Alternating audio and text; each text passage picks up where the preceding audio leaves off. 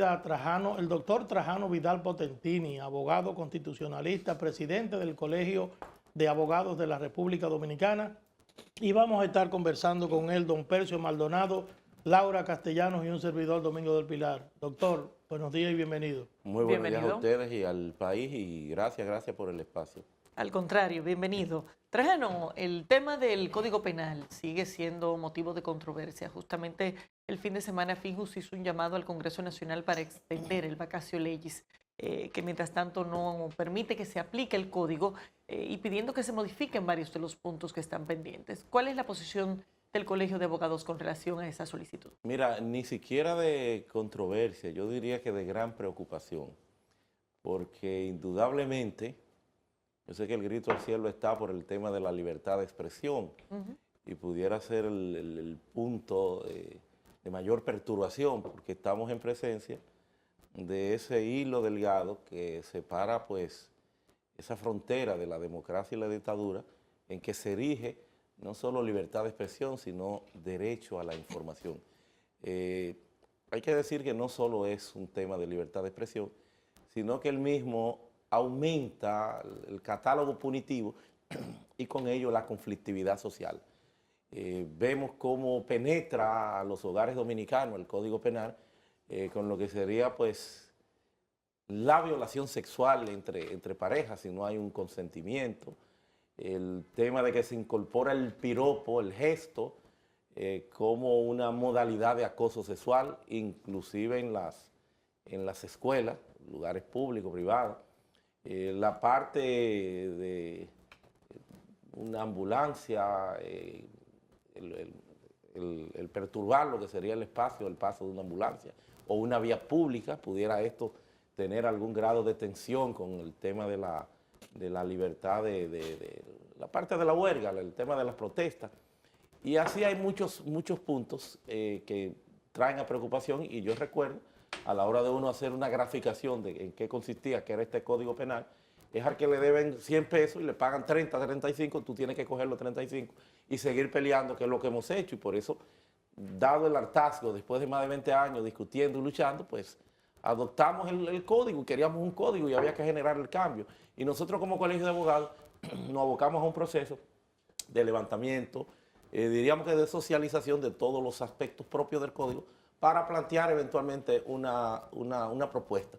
Entonces, para irme concretamente ya a la parte de Finjus, es altamente atinado y nosotros le pondríamos plazo el que pudiera no el Poder Ejecutivo no tiene la facultad de decretar o de plantear una vacatio legis extendida para lo que sería su entrada en vigencia. El Código, sí o sí, si no interviene una ley del Congreso, que es lo que habría que buscar, no tiene cómo hacer esa extensión que está planteando la Finjus. Entonces nosotros creemos que sí, que se debe llevar una propuesta de ley para prorrogar lo que serían unos 6 meses más. Yo creo que sería suficiente, 6 meses más. Esa es la propuesta que hace Finjus, de someter un proyecto de ley para que se conozca y se prorrogue pero hablaba, periodo especial. En principio hablaba del gobierno. Bueno, sería que el gobierno lo someta, porque ciertamente tiene que ser ese. Pero ¿qué pasó con ese proyecto, Trajano? Porque se habló tanto del proyecto del Código de Penal, se consensuó, se hicieron vistas públicas,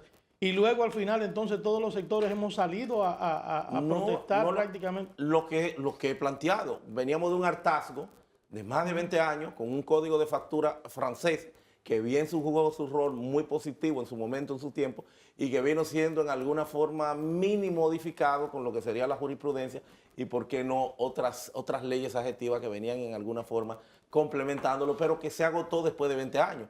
Entonces teníamos ese código secuestrado o ese proyecto por el tema del aborto, y pese a que aprobamos uno en alguna oportunidad aprobamos un Código Penal, pero el mismo quedó engavetado porque chocaba o no consideraba el tema que conocemos como lesa humanidad. Y otros vimos cómo se aprobó otro también con un tema politiquero en el 2014, 2015. Tuvimos nosotros que llevar o sea, nos llevaron a ese zarandeo mediático, social, que nos llevó al hartazgo, y por eso teníamos que aplaudir la necesidad, la inminencia ante la implosión de tantos tipos penales, el tema de la inteligencia artificial, la tecnología, y es lo que nos obliga a que tengamos que adoptar ese código. Por eso hablo de una deuda donde te deben 100 pesos, te pagan 35, tienes que coger esos 35 y continuar peleando, que es lo que no ha pasado. Pero, por ejemplo, este tema de la difamación, por ejemplo, tampoco es nuevo en la discusión legislativa. Y ha sido el Tribunal Constitucional que ha tenido que en varias ocasiones ir tumbando disposiciones donde el Congreso parece tener la voluntad firme de insistir con una serie de limitaciones que son incompatibles con la Constitución. Entonces uno se queda con la inquietud, bueno, pero nuevamente hay que darle la oportunidad al Congreso de que se ocupe de dañar algo que ellos sencillamente se niegan a entender, de arreglar, perdón, se niegan a entenderlo, porque insisten, porque no es que no saben que el Tribunal Constitucional ha dicho que es inconstitucional, es que insisten. Entonces uno se queda con la inquietud. ¿La vía es esperar 6 meses más para que ellos modifiquen o ir directo al Tribunal Constitucional? Bueno, es que ya se ha ido directo al Tribunal Constitucional. El Tribunal Constitucional está apoderado de unos 5 recursos al día de hoy. Algunos muy puntuales, o uno de ellos muy puntuales, que es un tema de la preocupación propia de los aspectos que los empresarios entienden que pudieran afectarle, y otros mínimamente relativos al tema de libertad de expresión. Nosotros no llevamos un recurso, que aspiramos, no llevamos un recurso porque teníamos que hacer un levantamiento más amplio, porque trae el problema soterrado, si se quiere, el código, y por eso la gente no advierte de entrada los problemas que pudo haber tenido, de que no te tasan, no le dan un entorno sistémico. Tú sabes que un código lo que busca es agrupar una serie de leyes bajo la modalidad de libros. Un código es una ley, pero tiene esa mística de trabajo, esa filosofía de trabajo que le da un sentido sistémico a todo. Pero a la hora de tú buscar lo que tiene que ver con la libertad de expresión, te vas a encontrar entonces que está diseminado por todo el código y tú no lo adviertes. Es a partir de ahora que tú vas a encontrar el 289, la responsabilidad de las personas morales, el 310, que es el más perturbador, y ciertamente lo ideal hubiese sido que el Tribunal Constitucional, en razón de su imperio, no solamente interpretativo, sino de la observación que tú haces, todos estos temas debieron haber sido superados.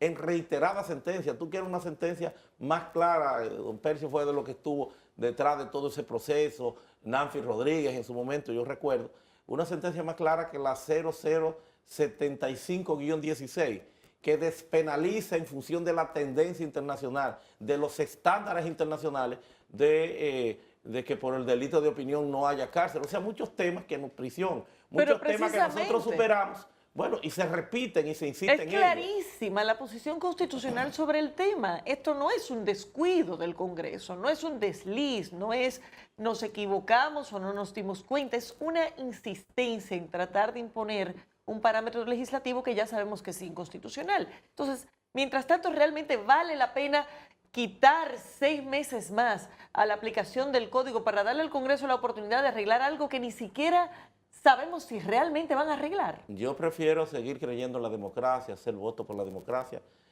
saber que es más latente la necesidad de que haya ese empoderamiento cívico, Doctor, de que tengamos que pelear día y noche, porque ciertamente es un contrasentido que el mismo protagonista de esta barbaridad sea con el que tú tengas que sentarte o darle el espacio. Pero esa es la democracia. Ellos son quienes tienen esa facultad y habrá que canalizarlo por esa vía, porque todavía el Tribunal Constitucional puede empezar a hacer esa disección, esa cirugía, pero como quiera es difícil. doctor. Todo el orden, porque no solamente es libertad de expresión, la perturbación es más amplia. Habrá que buscar psicólogos para ver cómo sube esto la conflictividad social. Más de 70 tipos penales nuevos, penas hasta 60 años.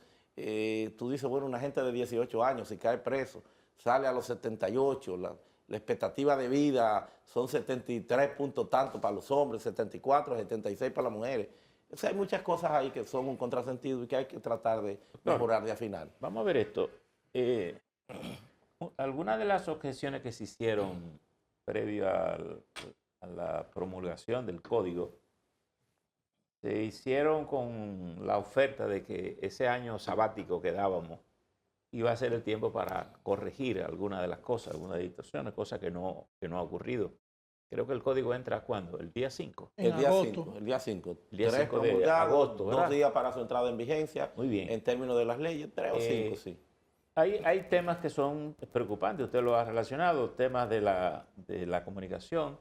En la difamación y la injuria, el código reintroduce el tema de la prisión, que es a lo que usted se refiere en la sentencia 75, pero el Tribunal Constitucional ha sido muy reiterativo en la 75, en la 52 en la 92, en la 148 sobre el tema, porque ahí está el recurso para modificar o eliminar artículos de la ley 6132, la 6132, que es la ley de comunicación, y también cuando lo hizo para modificar la ley 3318, que es la de partidos políticos. Tenían reservado 10 años y varios salarios mínimos para lo que hicieran comentarios negativos. ¿No sería una vía más expedita recurrir a la constitucional? Porque si el constitucional es coherente, parecen cosas muy simples. Porque el otro tema que el código introduce es la parte médica también. Ya los médicos depositaron un recurso de inconstitucionalidad. Incluso han dicho que lo primero que van a hacer es analizar al paciente y saber si hay un riesgo para atenderlo o no atenderlo. Lo que quiere decir que también tendría un problema de salud aquí. Y en materia de comunicación ha introducido la difamación extorsiva, es decir, que a veces tú no sabes si cuando tú denuncias a alguien te van a acusar de que la denuncia tiene que ver con una extorsión. Entonces, como si el ejercicio del periodismo y los extorsionadores serían las mismas personas. Es decir, ¿cómo desembrollar todo esto? Porque conceptualmente, como está redactada el código, no hay una distinción. Mira, no me parece.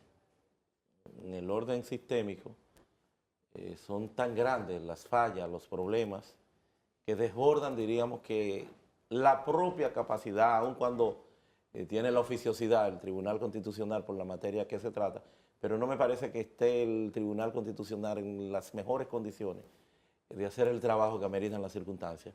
Digo las circunstancias porque, reitero, no solamente es libertad de expresión. Pero perdón, ¿por qué no? Bueno, porque tendría que desbaratar el código en una gran proporción. Bueno, pero hay un artículo... A ese nivel la gravedad del asunto. A ese nivel, porque es un tema cruzado. El código hay que organizarlo. Por eso, por eso sería positivo el que se pueda reorientar. Por ejemplo, en materia de comunicación tiene montones de artículos. Tú lees el 208, el 209, con sus párrafos, con sus diferentes párrafos, y te llega hasta el 379 encontrándote con situaciones de... Tú quieres algo más perturbador que el artículo 310, que te diga del atentado al pudor en contra de un funcionario público, que es uno de los temas en donde se reintroduce, en donde se reivindica ese principio cardinal del derecho a la información, de la libertad de expresión, que es la denominada verite sectionem, excepción de la verdad, que desaparece prácticamente en todo este proceso y que debería estar ahí como un pilar fundante de todo este proceso, que es cuando tú cuestionas a algún funcionario público, algún político, algún entorno de interés colectivo, de interés público, el que si tú puedes plantear la verdad, no a nivel de intimidad, no a nivel de la parte privada, sino a nivel, por ejemplo, de los políticos, cómo la excepción de la verdad te saca de esto, te saca del problema, no habría prisión. O sea, tú dices, bueno, fulano hizo tal o cual cosa y tú tienes como demostrarlo, eso no raya en la difamación, injuria. Pues ahora no, ahora todo eso pues aparecería como parte. O sea, ni siquiera ese principio permanece. Entonces yo creo que son muchos los problemas. El tema de la difamación extorsiva, me parece incluso que está proyectado fuera de contexto, porque la difamación extorsiva no es el que ha hecho un planteamiento, el que ha dicho algo, el que ha afectado tu intimidad, porque ya el que lo hace, en términos reales, pudiera ser el otro el delito, pero de hecho no está amenazando. O sea, no te está extorsionando, sino que ha subido una foto. Es otro el delito, no difamación extorsiva. La difamación extorsiva operaría si una persona te dice, mira, fulano, tengo esta foto, que más que todo es el denominado llamado sextorsión, que aparece incluso a nivel internacional como una gran preocupación. Sexo extorsión. Mira, yo tengo esta foto íntima, si tú no haces tal o cual cosa, la voy a publicar. Pero el que hace una publicación no es difamación extorsiva, es difamación. Ya no te está extorsionando porque ya ha concretado el delito. Entonces son muchos los temas que suponen entonces una arquitectura más fina, porque no advertimos ni siquiera cuáles serían las consecuencias a nivel de conflictividad. Por cualquier cosa vamos a estar en la justicia.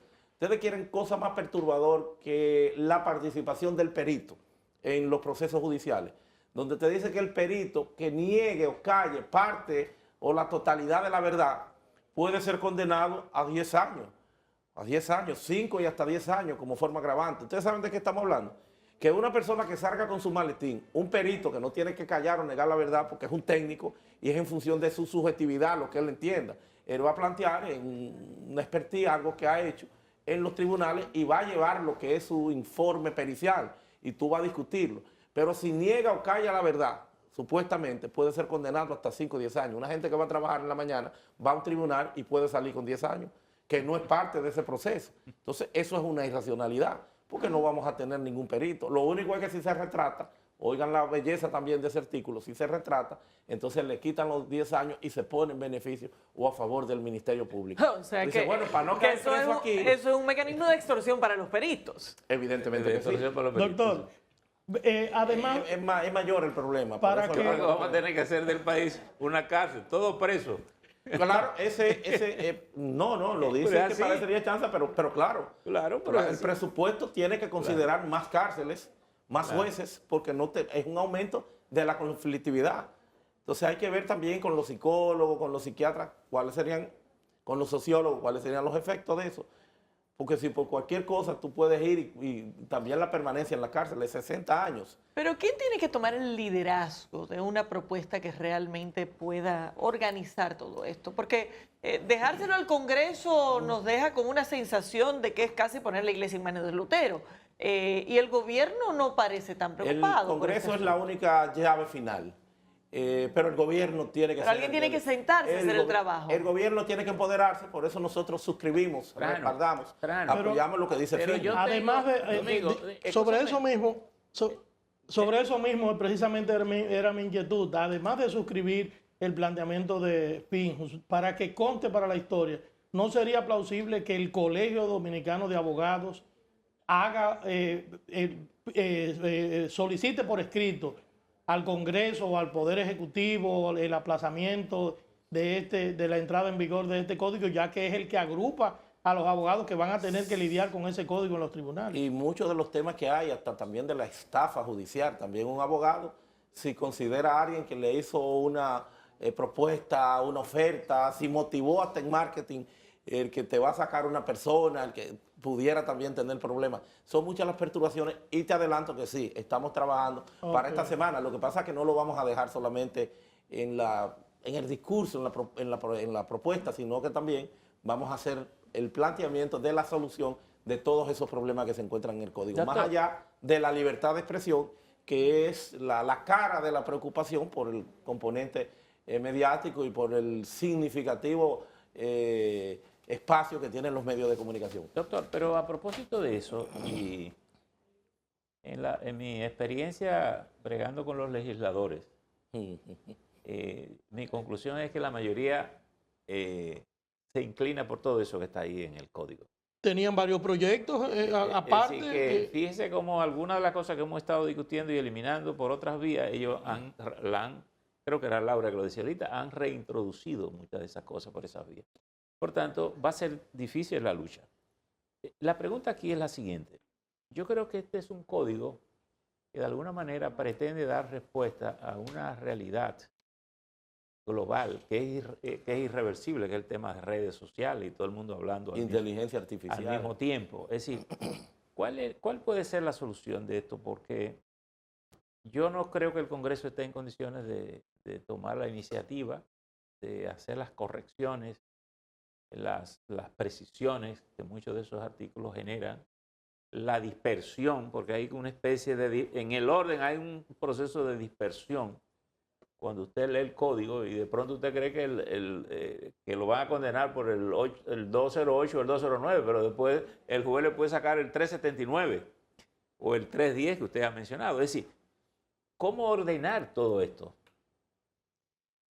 Bueno, ciertamente es complicado porque no hemos asimilado, y de ahí yo creo que es importante la labor del colegio, no hemos asimilado que el código tiene esos problemas de origen que en modo alguno pueden ser refrendados bajo el esquema de que es lo que te justifican. Dicen, bueno, es que hay que defender la honra, la moral, hay 1, 2, 3, 4, 5 comunicadores que tienen este problema y hay que... esos comunicadores son transitorios, esos comunicadores pueden morir hoy, pueden morirse mañana en el tiempo. O sea, lo que me refiero es que nada es eterno. Entonces tú no puedes tener un código que no tenga una connotación más allá del problema que alguien pueda advertir. Pero vamos porque, a ver lo bueno, siguiente. dejamos todos esos problemas porque queremos resolver uno u otro cosa. No, pero y después, vamos que a quede verlo. Percio, que quede tú, que quede Laura, que queden otros que sí están en condiciones Mire, de hacer un ejercicio responsable. Pero vamos a ver lo siguiente. El que se dedica a la extorsión, aunque sea un periodista, estamos frente a un acto delincuencial. Por tanto, si esa persona a lo mejor denuncia a un funcionario y pretende quitarle dinero para no divulgarle, pues posiblemente estaríamos enfrente a dos personas violadoras de la ley, porque si el funcionario tiene algún pecado por el que se supone que debe pagar para callar a ese extorsionador, entonces el funcionario tampoco está libre de pena. La primera iniciativa tendríamos que investigar al funcionario para ver la veracidad de esa información con que lo están extorsionando, porque todo el que paga es porque quiere ocultar un pecado. Además que no De se entrada está... es así, ¿verdad? Sí, sí. Pues yo no creo que alguien me pueda chantajear con algo que yo no he hecho. Y no se está ajeno tampoco, y yo creo que el Tribunal Constitucional pasado hizo un gran ejercicio, hizo una labor ahí importante, sobre todo didáctica, pero además con fundamento constitucional, dentro de ese denominado llamado bloque de la constitucionalidad que debía observarse, debía respetarse. Lo primero que se debió haber hecho fue recoger toda esa sentencia que reiteraba ese criterio de la 0075/16 y plasmar, llevar eso o tener eso como punto de partida dentro de lo que fuera la configuración, la estructuración de ese código. Hizo un gran ejercicio a la hora de reconocer, porque no vamos a estar ajenos nunca a esa parte, de que hay la convergencia de una serie de derechos fundamentales que son importantes, que son constitucionales todos, como es el honor, como es la imagen, inclusive hasta la memoria histórica de los muertos, la dignidad, que también tienen ese derecho a ser salvaguardado, con ese otro rubro de otro lado, derecho a la información, libertad de expresión, y ver entonces en cada caso en concreto, a partir de la ponderación, cuál tiene más fuerza, siempre entendiendo que la libertad de expresión, el derecho a la información tiene un carácter instrumental y como tal pues atraviesa todo el resto del contenido. Entonces, tomando eso en consideración, ciertamente diputados, senadores, Congreso y sociedad deben abocarse, deben ponerse de acuerdo, deben asimilar, entender que tiene que haber algo que nos permita una convivencia social sin las perturbaciones que se han planteado y que en modo alguno podrán resolverse. Ustedes quieren de que salario mínimo del funcionario, ni siquiera el estándar normal del artículo 310, y yo pongo siempre el ejemplo de que el que difame, que con un gesto, y por eso la cobertura abierta de algo que tiene que estar tasado, un gesto que puede ser así, puede ser el que ni siquiera difame, sino atente contra el pudor de un funcionario, es en función del salario, no del salario mínimo, que es el estándar normal de igualdad, sino del salario del funcionario. O sea, que el que ofende al del Banco Central, hasta 3 salarios del Banco Central, que es lo que toman en consideración del funcionario, estamos hablando de 6 millones. O sea, que el que con un gesto le da alguna perturbación que entienda en lo privado, en lo público, ese tiene que dejar el país, porque hablar de 6 millones es difícil. Hay unas declaraciones de Pedro Vaca, que es el relator de la Corte Interamericana de Derechos Humanos. Y dice, y lo cito textualmente, lo trae, es una conversación que genera con el Diario Libre, o el Diario Libre recoge unas declaraciones de un evento en Panamá. Dice, es difícil encontrar un presidente que no denigre al periodismo hoy en día. Y entra a valorar una serie Una constante lucha, claro, de aspectos sobre cómo se ataca, digamos, el ejercicio del periodismo en la zona americana. Es decir, y pienso que todas estas cosas, porque una de las cosas que se dice que donde más se perturba el periodismo es cuando se trata de judicializar toda la dinámica cotidiana de ese ejercicio, porque genera autocensura, genera miedo, la gente le tiene temor a demandas, un abogado cuesta de entrada, ¿verdad? Si yo por cada cosa voy a buscar un abogado, posiblemente me abstengo de no hacer cosas que a lo mejor serían derechos ciudadanos, porque no es solo el ejercicio del periodismo aquí, estamos hablando de los ciudadanos, porque el derecho a la denuncia, el derecho a la libre expresión no es de los periodistas. No, es de la condición humana, es de los ciudadanos. Tú hablas del periodista y de verdad que eso me lleva a la reflexión de la dimensión extendida que ha cobrado el periodismo. Ya el periodismo no es periodismo solamente. El periodismo es comunicación. El periodismo se sale de ese entorno tradicional, profesional, de ese deontológicamente ser humano comprometido con la verdad, con la democracia, con la defensa de ideales, a esto que hoy es comunicación y que trasciende todo eso. No es periodismo. Es una población que está interactuando, que está participando a través de las redes sociales y con ello pues estos esteroides que le traen la inteligencia artificial pues tienen un sentido exponencial que tú no sabes ya cuál es el entorno. Entonces hay que conocer, hay que estar claro sobre esa realidad para legislar a partir de ahí y para buscar pues un punto intermedio, una armonización en este sostenido proceso de avance que nos tienes en shock. Muy brevemente, Doctor. Trajano, no podemos cerrar esta entrevista sin consultarle como presidente del Colegio de Abogados la información que sale hoy sobre la mora judicial, que coloca la Suprema Corte de Justicia con más de 4.000 casos pendientes, la inmensa mayoría de los cuales se encuentran en la sala civil. ¿Qué solución hay que buscar para que de alguna manera la mora judicial se vaya reduciendo, tomando en cuenta de que la inmensa mayoría de los casos son más antiguos que el 2024?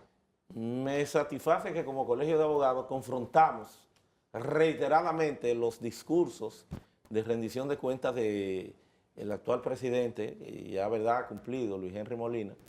Reiteramos la improcedencia de que retóricamente se estuviera vendiendo la panacea de que se había conjurado, de que se había bajado significativamente el tema de la mora judicial. Ese sigue siendo el gran lastre de la justicia dominicana, porque justicia tardía no es justicia. Eso te dice que andamos muy mal y que como tal tenemos que entender que eso se traduce en el manejo, la administración de los recursos de manera eficiente, pero también más recursos que necesita el Poder Judicial, más jueces, que es uno de los temas que habrá que considerar de implementarse a partir de agosto este Código Penal. Entonces, indiscutiblemente, hace falta una reingeniería.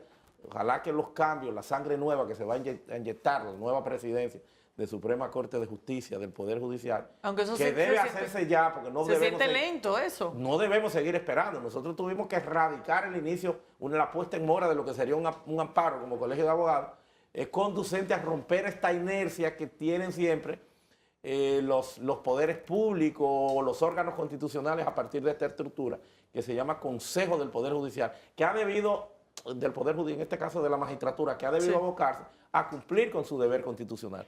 No podemos permitir que esto siga extendiéndose, jueces que ya cumplieron. Hay que abocarse, hay que hacer la evaluación bajo el mecanismo que haya que hacerlo y generar los cambios, pero necesita una reingeniería. El Poder Judicial necesita ser relanzado para conjugar este lastre que es la peor mácula que tiene el Poder Judicial en la República Dominicana y que se traduce cada vez en menos justicia. Hay que abocarse desde ya más recursos y trabajar ese proceso para que no sigan esos escalofriantes números saliendo. Doctor, muchísimas gracias.